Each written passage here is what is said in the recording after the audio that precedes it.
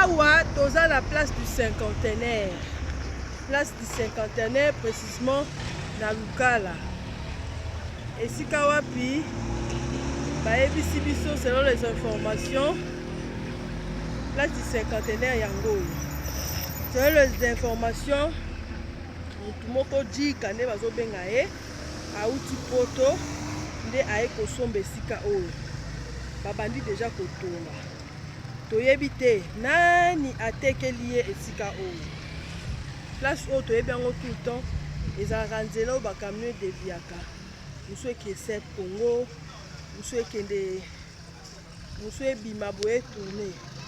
Esika ngo etourne bamituka bateki.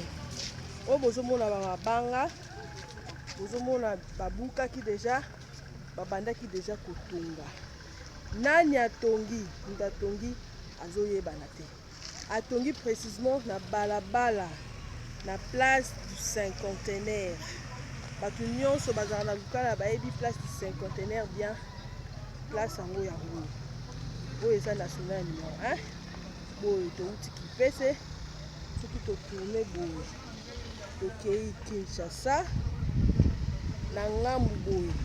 Yango esika wapi batongi bazotonga soki bandako e soki ba maison e balobi espace oyo mobimba oyo eza espace oyo ya sombi abisi mbongo ye dikango.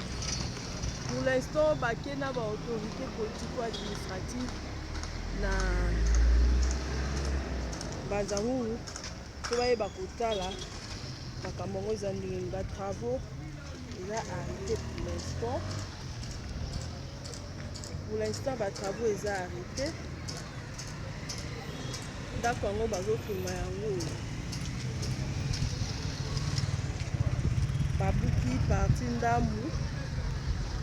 D'accord, on va aller parti ici. Babaki si parti. Le monde est trop Baboukaki.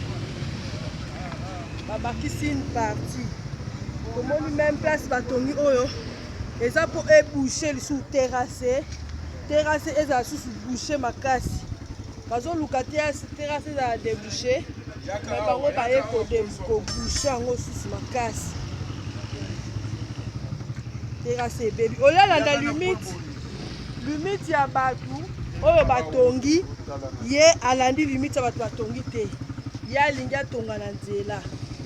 Omoni terrasse mai moyele sous eza te pona nini?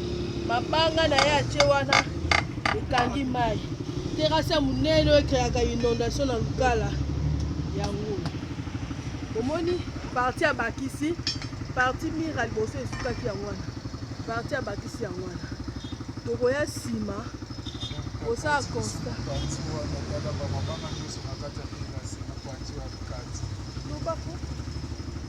Papa bonjour. Yebisa biso, toza wapi? Nous sommes à cinquantenaire. Nini eleki a? Oh, battez la TV. Nini eleki a? Ah ouais, bah outil dérangé, il fallait basomba quoi on a cinquantenaire et papa moko wa outil poto asombi pena mwanda mboyo. Après ndenga buki mo ba partir na mabanga nyose koi na terrasse. Ko terrasse comme boucher. Terrasse comme boucher. Ikambo esalami yo sepe nango upa. En tout cas ta kutu mukete. Na sepeli na ngote pona ni esalaka te depuis kala bana to kota. Akuteka mukate. Conseil nyo kopesa ye. Atika. Merci. Bino mo bomoni cinquantenaire bateki.